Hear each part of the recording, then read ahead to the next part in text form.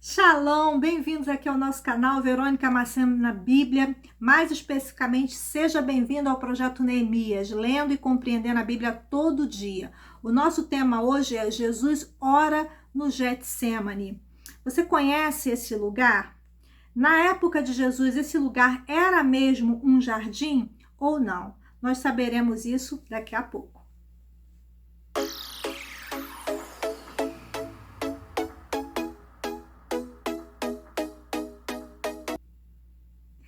Mateus capítulo 26, versículo 36 ao 46 é o nosso texto de hoje. Diz assim: Seguiu Jesus com seus discípulos e, chegando a um lugar chamado Getsemane, disse-lhes: Assentai-vos por aqui enquanto vou ali para orar. Levou consigo a Pedro e aos 2 filhos de Zebedeu e, começando a entristecer-se, ficou profundamente angustiado. Então compartilhou com eles, dizendo: A minha alma está sofrendo dor extrema, uma tristeza mortal. Permanecei aqui e vigiai junto a mim.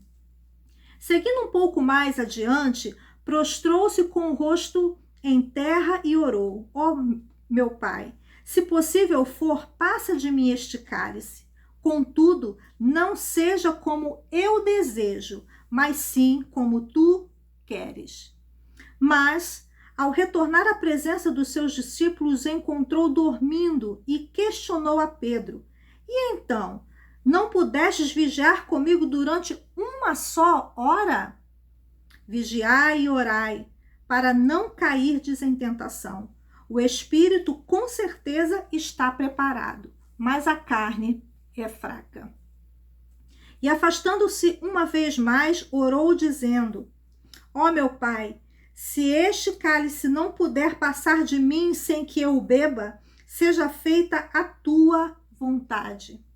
Quando voltou, entretanto, surpreendeu novamente seus discípulos dormindo, pois não suportaram os olhos pesados de sono. Então retirou-se novamente e foi orar pela 3ª vez, proferindo as mesmas palavras. Passando algum tempo, voltou aos discípulos e indagou: Ainda dormis e descansais? Eis que a hora é chegada. Agora o Filho do Homem está sendo entregue nas mãos de pecadores. Levantai-vos e sigamos. Eis que meu traidor está se aproximando. O jardim do Getsemane, como é conhecido, na época de Jesus era de fato um jardim. Jesus sempre se retirava para o Monte das Oliveiras para orar, para meditar, e nós vemos alguns registros bíblicos a respeito desses momentos de Jesus naquele local. Como, por exemplo, João 18:2, Lucas 22:39. Era um local que Jesus estava acostumado a ficar sozinho, a ter um momento a sós com Deus. E quando nós falamos de Getsemane, nós estamos falando de uma palavra que significa em hebraico prensa de azeite. O Getsemane ficava na encosta inferior do Monte das Oliveiras, de frente para o templo. Então, depois de cear com seus discípulos, é para lá que Jesus vai para orar, porque ali, naquela hora em que ele está com seus discípulos, eles estão num contexto que antecedia o momento que Jesus seria traído, seria levado para ser martirizado e crucificado. Então, quando Jesus chega lá, naquele local especificamente, o Getsemane, que na realidade, na época de Jesus, não era um jardim, mas sim era um pomar de oliveiras. E lá nesse pomar de oliveiras havia uma fábrica, ou seja, uma prensa de azeite. Era lá que se colhiam as azeitonas e se extraíam delas, havia uma produção de azeite, se extraíam delas o azeite. Então Jesus vai para aquele lugar com a finalidade de orar. E quando ele chama Pedro e os 2 filhos de Zebedeu para estarem junto a ele compartilha do que ele está sentindo. Esse é um texto bíblico que descreve com muita precisão, que descreve com detalhes a humanidade ou a completa humanidade de Jesus, o seu lado humano. E o que ele compartilha com os discípulos? Porque como ele sabe que o seu momento está se aproximando, o momento do seu sofrimento, do seu martírio, que não seria algo fácil, então ele começa a se entristecer, ele começa a se angustiar, e ele diz para os seus discípulos nos versículos 37 e 38, que ele está se entristecendo, que ele sente dor e que ele sente uma tristeza mortal. Então, a partir desse versículo, a gente entende que o que Jesus está sentindo naquele momento era uma extrema tristeza, era o seu emocional muito abalado, porque Jesus era 100% Deus, mas ele também era 100% homem. E a Bíblia, em nenhum momento você vai encontrar algum versículo que diga que Jesus não sofreria um momento desse tipo, ele não sentiria tristeza, ou que ele não padeceria por passar por todo aquele sofrimento para nos salvar. É claro que Jesus sabia, estava ciente de tudo que ele iria enfrentar, mas Deus não o isentou da tristeza, da angústia, da dor, do sofrimento. Tudo isso estava no pacote, digamos assim. E no momento que ele compartilha o que ele está sentindo com seus discípulos, revelando a sua natureza humana, ele está não reclamando, você não vê Jesus murmurando, porque ele vai passar por todo esse processo do seu emocional abalado, mas sem murmurações, sem rebeldia, sem questionamento. E aí nós aprendemos a nossa primeira lição aqui desse texto. É que nós sempre passaremos por aflições, por momentos difíceis, como Jesus estava começando a passar aqui. Mas, através desses momentos de dificuldades, é que a nossa identidade é revelada. Às vezes é no momento de deserto, é no momento em que nós estamos sendo angustiados, em que nós sentimos uma dor profunda, é que nós vamos ver, assim como Deus também, e as pessoas que estão ao nosso redor, quem de fato nós somos, como nós vamos nos comportar, se nós vamos murmurar ou não, e o que Jesus fez diante de toda aquela dor, diante de toda aquela angústia. Ele buscou consolo e amparo no Pai. Veja que o texto, ele especifica que Jesus vai orar 3 vezes. E nós falamos nos vídeos anteriores que o número 3 na Bíblia sempre aparece para enfatizar alguma coisa. Então, naquele momento de agonia, naquele momento de sofrimento emocional, Jesus buscou um consolo em Deus através da oração. E aí a gente aprende que enquanto ele orava, os discípulos estavam dormindo. Talvez porque não compreendiam na sua totalidade o que iria acontecer.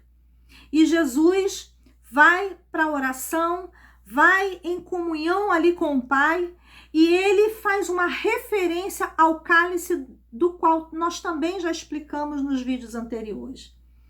Ele diz: ó Pai, ó meu Deus, se possível for, passa de mim esse cálice. Esse cálice é uma referência, uma alusão ao cálice da redenção, ou seja, o acordo que Jesus tinha feito para redimir os nossos pecados.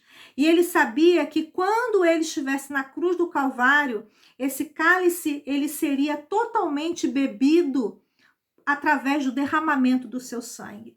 Jesus aceita o acordo, começa o seu sofrimento e ele paga o acordo da redenção para nos livrar do domínio do pecado na cruz do Calvário. Mas veja que a oração de Jesus, sempre proferindo as mesmas palavras, é um ato não de que ele queria fugir daquele momento, de maneira alguma, mas era um momento tão difícil, era uma dor tão extrema, porque Jesus estava experimentando a fraqueza humana na sua maior intensidade. Mas ele diz que seja feita a sua vontade e não a minha. Era uma atitude de oração, era uma atitude de de redenção a Deus, era uma atitude de uma busca ao Senhor, mesmo naquele período difícil, e não de murmuração, de questionamento. Era um momento em que Jesus estava se colocando à submissão do Pai. Que não fosse feita a vontade dele, mas que fosse feita a vontade de Deus. E toda vez que ele se voltava para os seus discípulos, procurando uma oração também, procurando que os seus discípulos tivessem uma postura de orarem junto com ele, ele os encontra dormindo. E ele faz uma advertência: vós ainda dormis e descansais. É como se ele estivesse dizendo: olha, a minha hora está chegando e vocês estão dormindo. Não é que os discípulos não acreditassem no que Jesus estava falando, mas não compreendiam a sua fala. Então, aquele momento para os discípulos em que eles estavam dormindo enquanto Jesus orava e a traição se aproximava, Jesus queria que eles estivessem na mesma posição que ele, em oração e vigilância, porque eles enfrentariam uma batalha espiritual muito grande. Jesus seria levado e eles seriam perseguidos. Então, era necessário que eles ficassem numa posição de oração, de vigilância, para se prepararem para aquele momento. E aí, a segunda lição que nós aprendemos aqui nesse texto é que muitas das vezes nós vamos vencer os nossos desertos, as nossas batalhas sozinhos, sem o apoio de amigos, familiares, sem o apoio de ninguém. Jesus estava com seus 12 discípulos ali no Getsêmani, mas nenhum deles se propôs a estar ao seu lado ou próximo a ele em oração. Estavam juntos porque estavam no mesmo local, mas nem tudo que está unido está em unidade. Jesus estava em união, estava próximo àqueles discípulos, mas os discípulos não estavam em unidade com Jesus no sentido de Jesus estava ali para um propósito, orar para o que estava por vir, mas os discípulos dormiam. Então não havia o mesmo pensamento, o mesmo propósito dos discípulos, no sentido de estar em oração e vigilância com Cristo para os dias terríveis que viriam sobre eles. Então estavam unidos, mas não estavam em unidade. Porque os pensamentos eram diferentes, os propósitos também. Os discípulos não estavam ali com a intenção, o objetivo, ou o mesmo objetivo de Jesus, que era orar e se preparar para o momento da traição. Mas nós entendemos o seguinte, que mesmo assim, Jesus ele não deixa de orar, ele persevera na oração. Então, como nós procedemos no momento em que nós estamos angustiados, entristecidos, amargurados, às vezes por perseguições ou não, às vezes pelas tribulações da vida em outras áreas da nossa vida, às vezes na família, na área financeira, mas o interessante é que todos nós vivemos momentos de aflições e angústia. E quando a gente lê esse mesmo texto no Evangelho de Lucas, capítulo 22, versículo 44, porque Lucas ele vai ser mais detalhista no seu escrito, nós vemos que quanto maior era a agonia de Jesus, mais ele orava intensamente. Então fica a terceira lição para nós. Quanto mais aflições, mais orações. Quanto mais lutas, mais orações. E que a nossa oração seja uma oração intensa. Por isso que a palavra do Senhor nos diz, orai sem cessar. E isso inclui os momentos bons e os momentos difíceis também. E aí no versículo 45, antes de nós falarmos sobre ele, nós entenderemos o porquê Jesus precisava estar ali, no Monte das Oliveiras, especificamente no Getsêmani. Por que a traição aconteceria naquele local? Qual é a relação desse local com Jesus Cristo? E aí nós vamos entender uma ligação extremamente íntegra, uma relação extremamente íntima entre o lugar que Jesus estava e tudo que ele estava vivenciando naquele local. Mas isso nós vamos entender no próximo vídeo.